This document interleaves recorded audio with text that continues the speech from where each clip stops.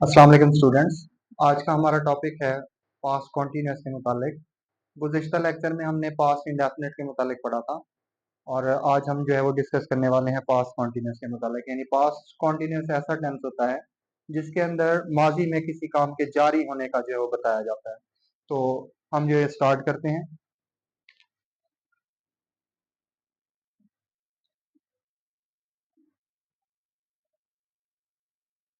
Past continuous tense,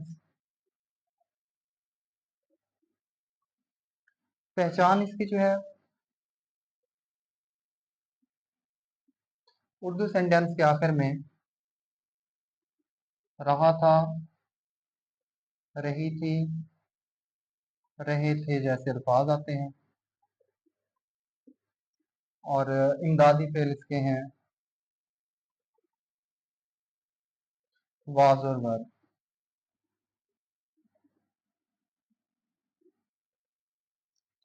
was और वर का इस्तेमाल इस तरह है कि वाज जो है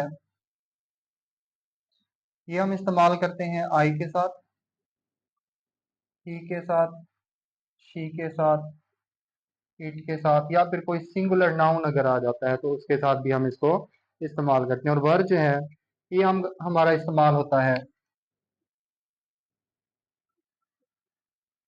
वी के साथ, यू के साथ, दे के साथ, या फिर कोई प्लूरल नाउन वगैरह आ जाता है तो उसके साथ हम इसका इस्तेमाल करेंगे। वर्ब जो है, वर्ब इसमें हम इस्तेमाल करते हैं क्योंकि कॉन्टिन्यूअस टेंस है तो वर्ब की आईएनजी फॉर्म इस्तेमाल होती है।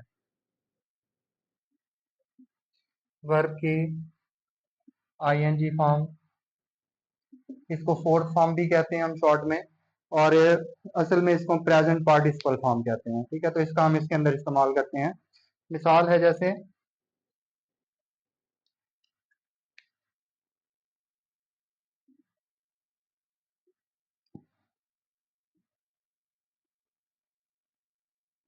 वो टीवी देख रहे थे।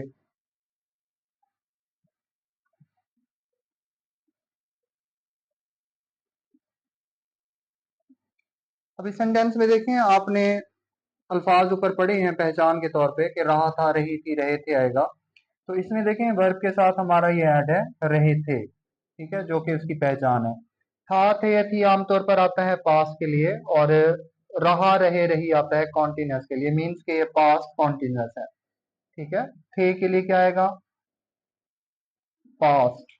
ठीक है, और रहा, रही, रहे के लिए क्या आएगा? कॉन्टिन्यूस, यानी काम आपका जारी है। तो इसको हम पास्ट कॉन्टिन्यूस कहेंगे। अब इसको हम ट्रांसलेट करेंगे, वही सेम स्ट्रक्चर आपका फॉर्मूला जो है सेंटेंस को चेंज करने का, कि पहले हमने सब्जेक्ट लिखना है, फिर वर्ब या हेल्पिंग वर्ब, फिर वर्ब लिखना है, लास्ट में हमने ऑब्जेक्ट लिखना है। ठीक है, तो इसमें हेल्पिंग वर्ब की जगह पे हमने वाज और वर्ब का इस्तेमाल करना है उस सब्जेक्ट के मुताबिक जो उसने दिया होगा। उसके बाद वर्ब की आईएनजी फॉर्म, और लास्ट में हमने ऑब्जेक्ट मेंशन करना है। फॉर एग्जाम्पल, जैसे हमने लिखा कि वो टीवी देख रहे थे, तो दे वर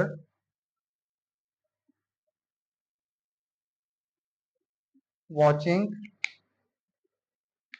टीवी।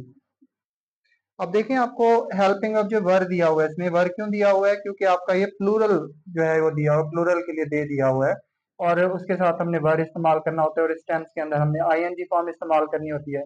इसलिए हमने यहाँ पे जो है वो वॉचिंग लिखा, यानी देख रहे थे। दे वर वॉचिंग टीवी, वो टीवी देख रहे थे। अब इस सेंटेंस को अगर हमें नेगेटिव बनाना हो तो हमने इसी हेल्पिंग वर्ब के बाद नॉट लगाना है। तो सेंटेंस हमारा क्या बनेगा? They were they were not watching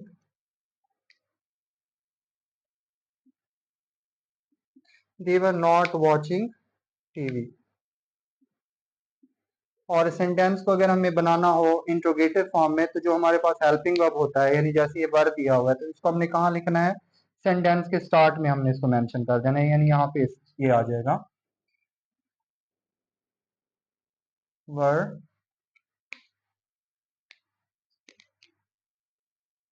were they watching TV.